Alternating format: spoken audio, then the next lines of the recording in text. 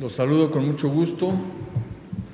Son las 5 de la tarde de este jueves 13 de agosto. Iniciamos nuestro 11º programa de regreso a clases aquí en Palacio Nacional. Les agradezco mucho que nos acompañen desde sus hogares. Como todos ustedes saben, el lunes 24 de agosto vamos a iniciar oficialmente las clases a distancia, por televisión, por radio, por internet, por cuadernillos de trabajo. Y de aquí al día 23 vamos a estar informando todos los días, incluyendo sábado y domingo, cualquier pregunta, cualquier duda que tengan. Queremos recibir sus comentarios, sus preguntas, y hemos dispuesto de varios medios que aparecen en este momento en su pantalla para poder contactarnos. Ahí está nuestra página, nuestro correo electrónico, nuestros teléfonos, nuestras redes sociales. Si quieren tomarle una fotografía desde su casa para guardarlos y hacernos las preguntas que gusten. Al día de hoy hemos recibido, según la numeralia que tenemos hasta el momento, 6,118 llamadas a través de Educatel, 41,829 correos electrónicos o mensajes, en redes sociales, y correos electrónicos 9,602, en total 57,549 solicitudes de información. Hoy es un día muy interesante porque vamos a hablar sobre las experiencias de Aprende en Casa dentro de la Secretaría de Educación Pública. Lo que la pandemia provocó hacia afuera de la Secretaría fue el aprendizaje a distancia, pero hacia adentro de la Secretaría pues tuvo que venir una reconversión de nuestra forma de trabajar, de nuestra forma de concebir el aprendizaje de las niñas y los niños, y por ello he invitado a la directora de Evaluación y Distribución en la Dirección General de Materiales Educativos, Raquel Bernabé Ramos. Gracias por estar con nosotros, Raquel. A la directora de área en la Dirección General de Desarrollo de Gestión Educativa, Leticia Díaz Barriga Pérez. Leticia, gracias por estar con nosotros. A la subdirectora de Ciencias Sociales en la Dirección General de Desarrollo Curricular, Gina Rosana Ruelas. Muchas gracias, Gina. Y al titular de la Unidad de Asuntos Jurídicos y Transparencia, Enrique Quirós. Vamos a presentar algunas de las preguntas que hemos recogido precisamente dentro de nuestras redes y teléfonos. La primera nos la hace Denise Lozano. Dice: ¿cuál será la labor de los maestros con los alumnos que verán las clases en televisión?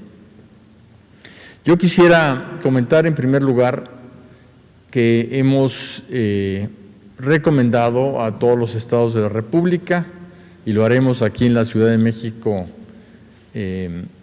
con la unidad de la Ciudad de México que depende de la Secretaría, que las maestras y los maestros pasen de grado junto con los alumnos en todos los grados que se pueda. Esto va a ayudar mucho porque ya los conocen, y los docentes sin duda han hecho posible Aprende en Casa, porque lo más importante de Aprende en Casa es que no se rompe el vínculo entre maestra, maestro y alumna y alumno. Su labor consiste sin duda en orientar a los estudiantes para que aprendan a analizar, a discernir sobre lo que están viendo a través de la televisión o a través de las plataformas en línea, a través de la radio o de sus libros de texto, y generar sus propios puntos de vista, y así como que conozcan y comprendan su entorno. Una de las cosas importantes, incluso lo vimos en la exposición de CONAFE, es que las maestras y los maestros se comunican de muy diversas formas, pero fundamentalmente telefónicamente, con sus alumnos para poder orientarlos durante todo este tiempo. Lo que es cierto, además, y quiero repetirlo, es que sin las maestras y los maestros no tendríamos Aprende en Casa. Son insustituibles, necesitamos de ellos, pero tenemos la pues muy grata experiencia de que su compromiso con la educación va mucho más allá de lo que imaginamos. Otra segunda pregunta la hace Noemí, es que si habrá posibilidad de que puedan apoyar a los padres de familia disminuyendo el precio de las inscripciones y reinscripciones.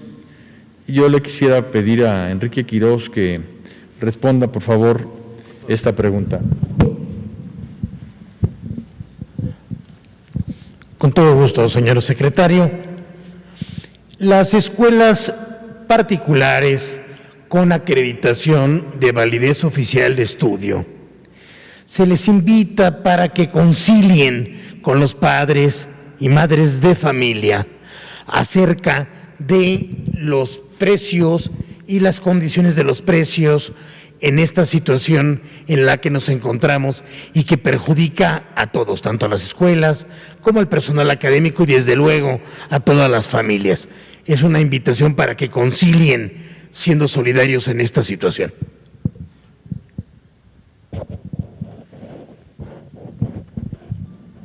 El licenciado Quirós habla de invitación porque la Secretaría no tiene ninguna atribución sobre, llamémoslo así, el arreglo que hay entre particulares y escuelas privadas desde el punto de vista mercantil, e incluso cuando hay controversias, más que acudir a la Secretaría de Educación Pública, se tiene que acudir a Profeco.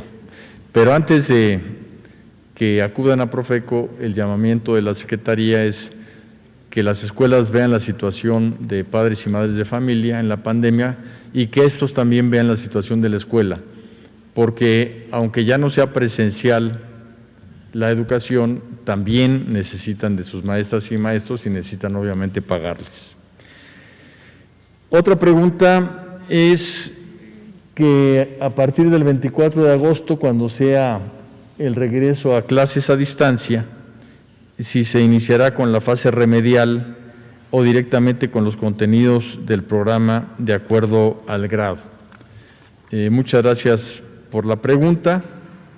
Es una práctica común que al iniciar un ciclo escolar, las maestras y los maestros pues repasen en un principio el ciclo escolar anterior y detecten y corrijan rezagos, de manera que esto es lo que se va a hacer al regresar, como todos los años se hace, para que en el inicio oficial de las clases pues se inicie con un seguimiento pedagógico que las maestras y los maestros realizan rutinariamente.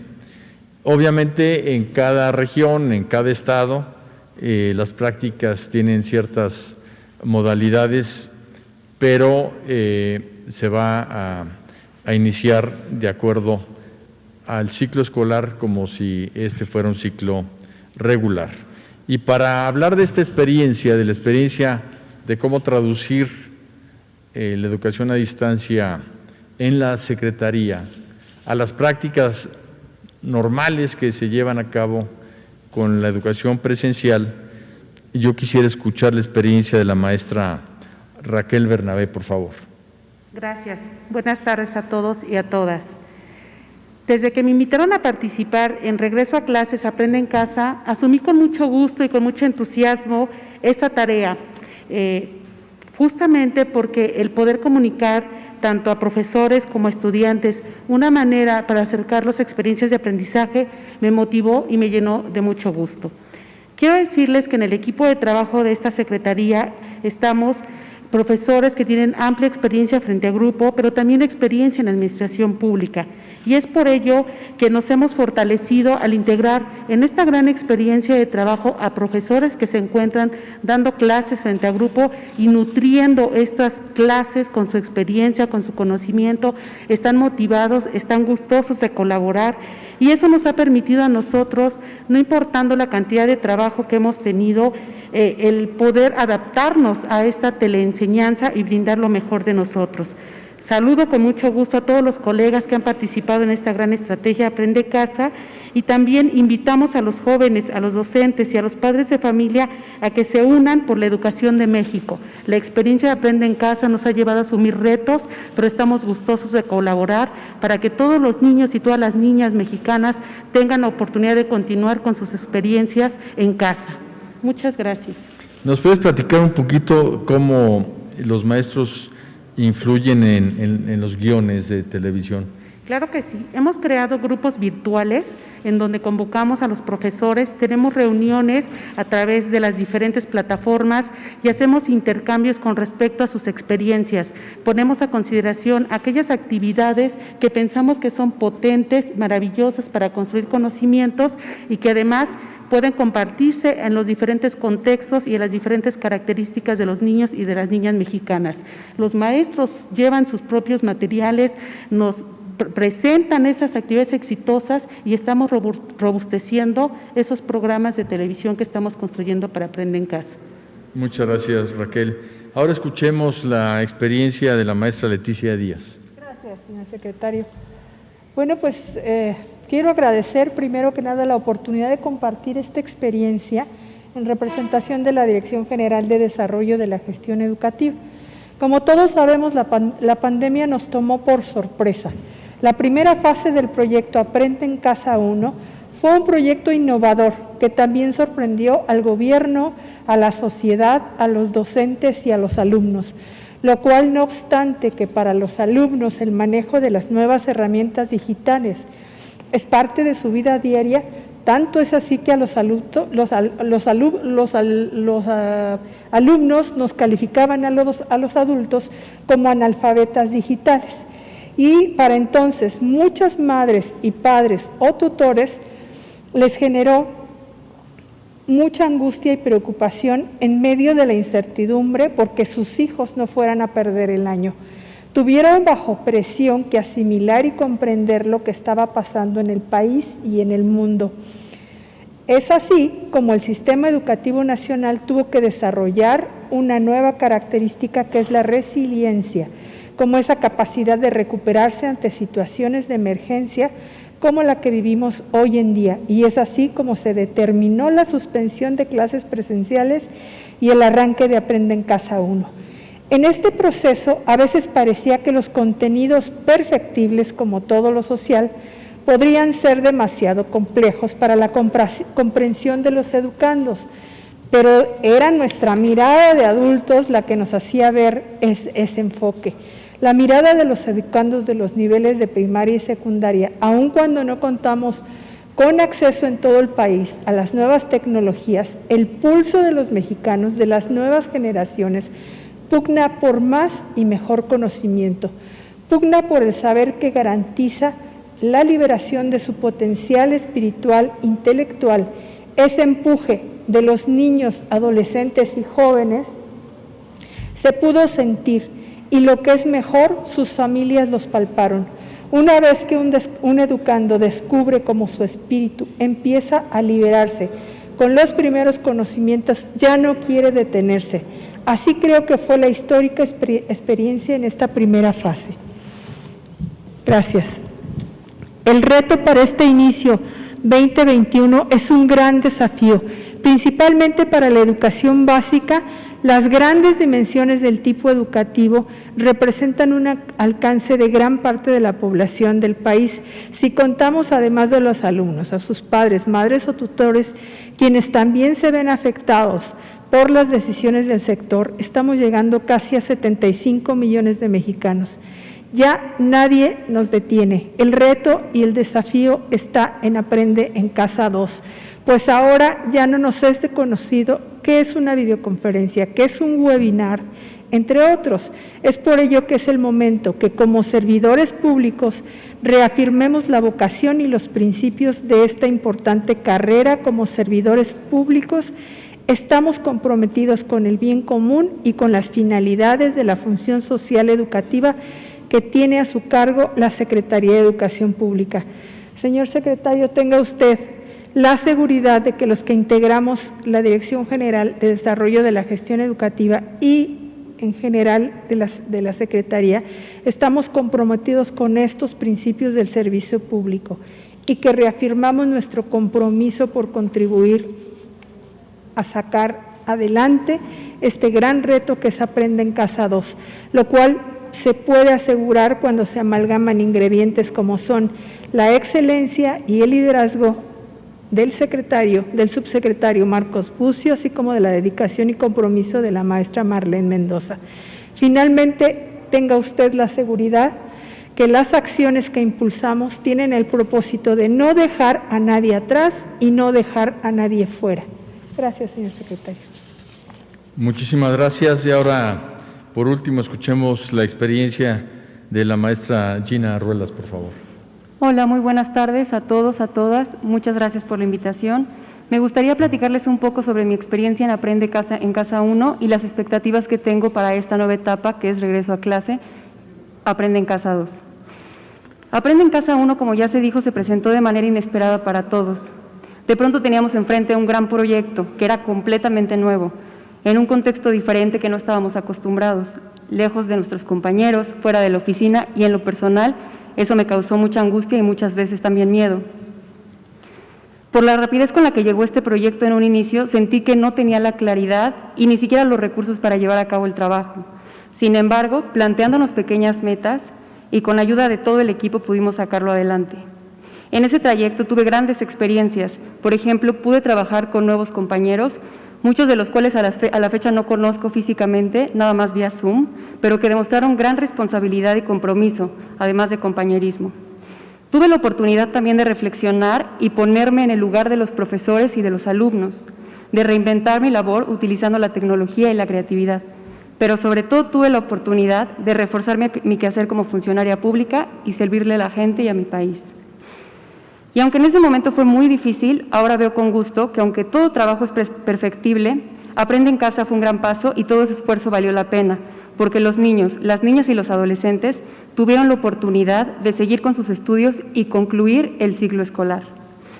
Considero que esta experiencia me dejó muchos aprendizajes a nivel profesional, personal e incluso como ciudadana, que en este momento me van a servir para hacer autocrítica y sentar el precedente ante el reto que se nos presenta ahora con regreso a clases para mejorar y enriquecer Aprende en Casa 2.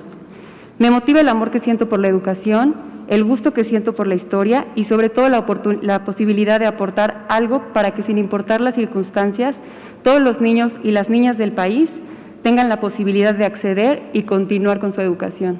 Muchas gracias. Muchas gracias.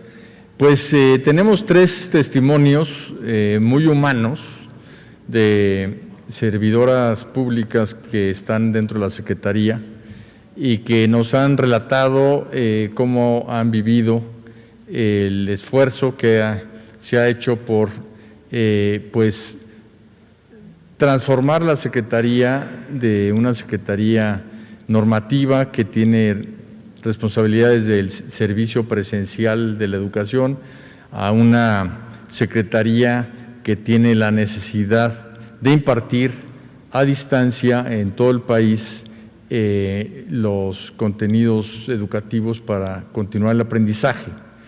Y lo hago porque quiero reconocer a través de ellas a cientos y cientos de servidores públicos que están en la dependencia, que ahora tienen la responsabilidad de hacer 4.550 guiones, 4.550 programas, 4.550 cápsulas que van precisamente a llegar a todas nuestras niñas y niños para que, basadas en los libros de texto gratuito, en los aprendizajes esperados, continúe precisamente la educación en México.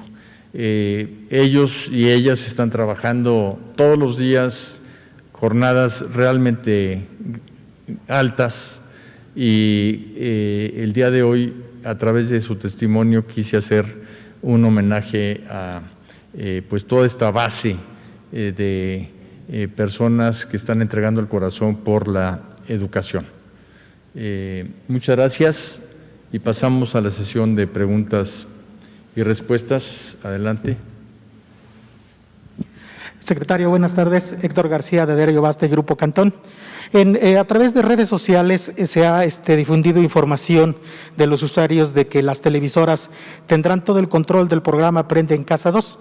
Quisiera saber cuál es la postura del secretario y si nos comparte información de la reunión de la CENTE también, por favor. Gracias.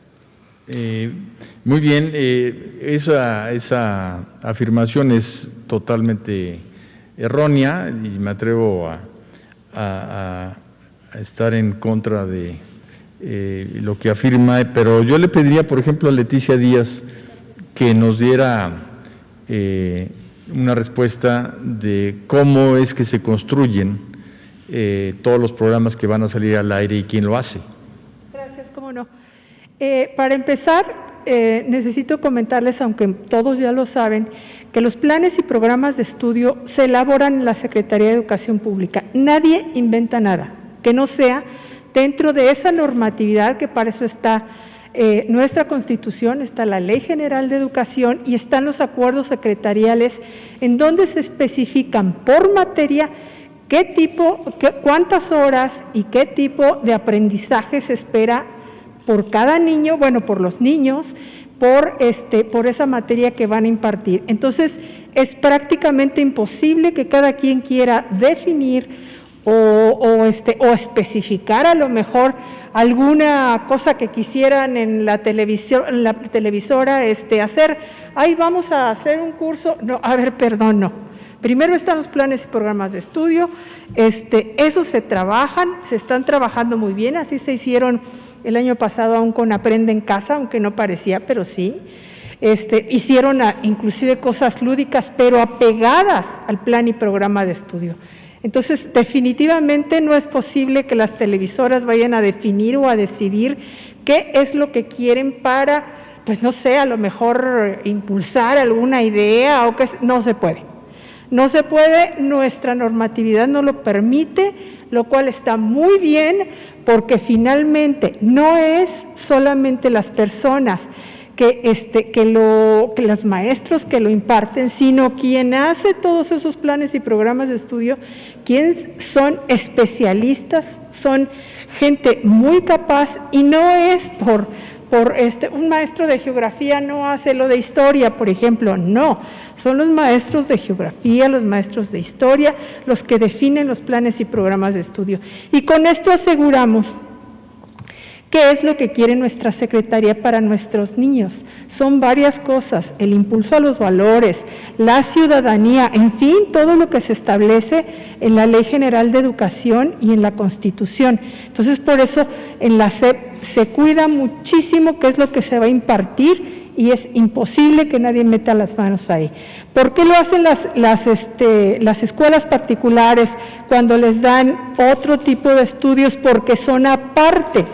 Pero lo primero que se tiene que cumplir son los planes y programas de estudio establecidos en la norma. Muchas gracias, Leticia. En pocas palabras, la Secretaría define y es responsable de todos y cada uno de los contenidos, y los medios, llámese televisión, llámese internet, llámese radio, pues solamente transmiten. Siguiente. ¿Perdón?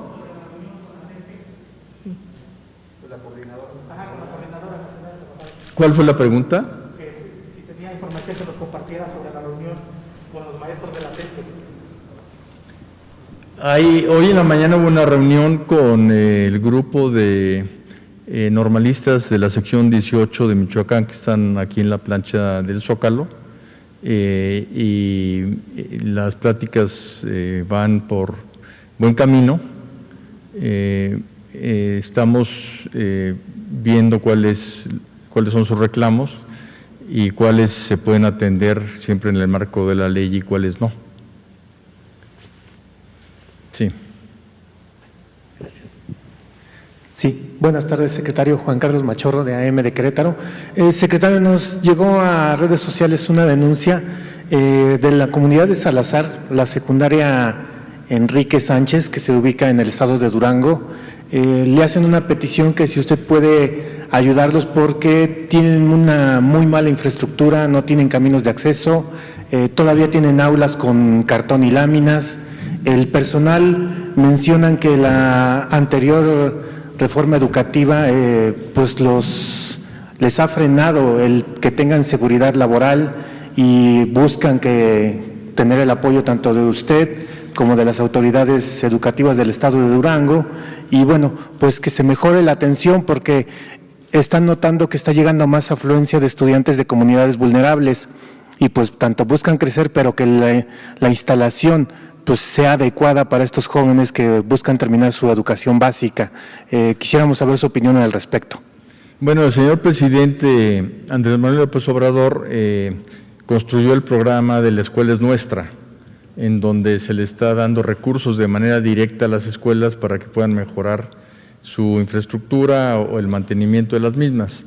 Ya hemos abarcado 50,000 escuelas y estamos empezando por las más pobres, las de alta y muy alta marginación. Por las características de esta escuela que menciona, es probable que se pueda incluir dentro de este programa. Solamente le pediría que nos diera todos los datos para hablar a Durango y ver la posibilidad de que esto suceda. Hemos concluido por el día de hoy, pero el día de mañana nos vemos aquí a las 5 de la tarde. Muchísimas gracias. Muy buenas noches, con permiso.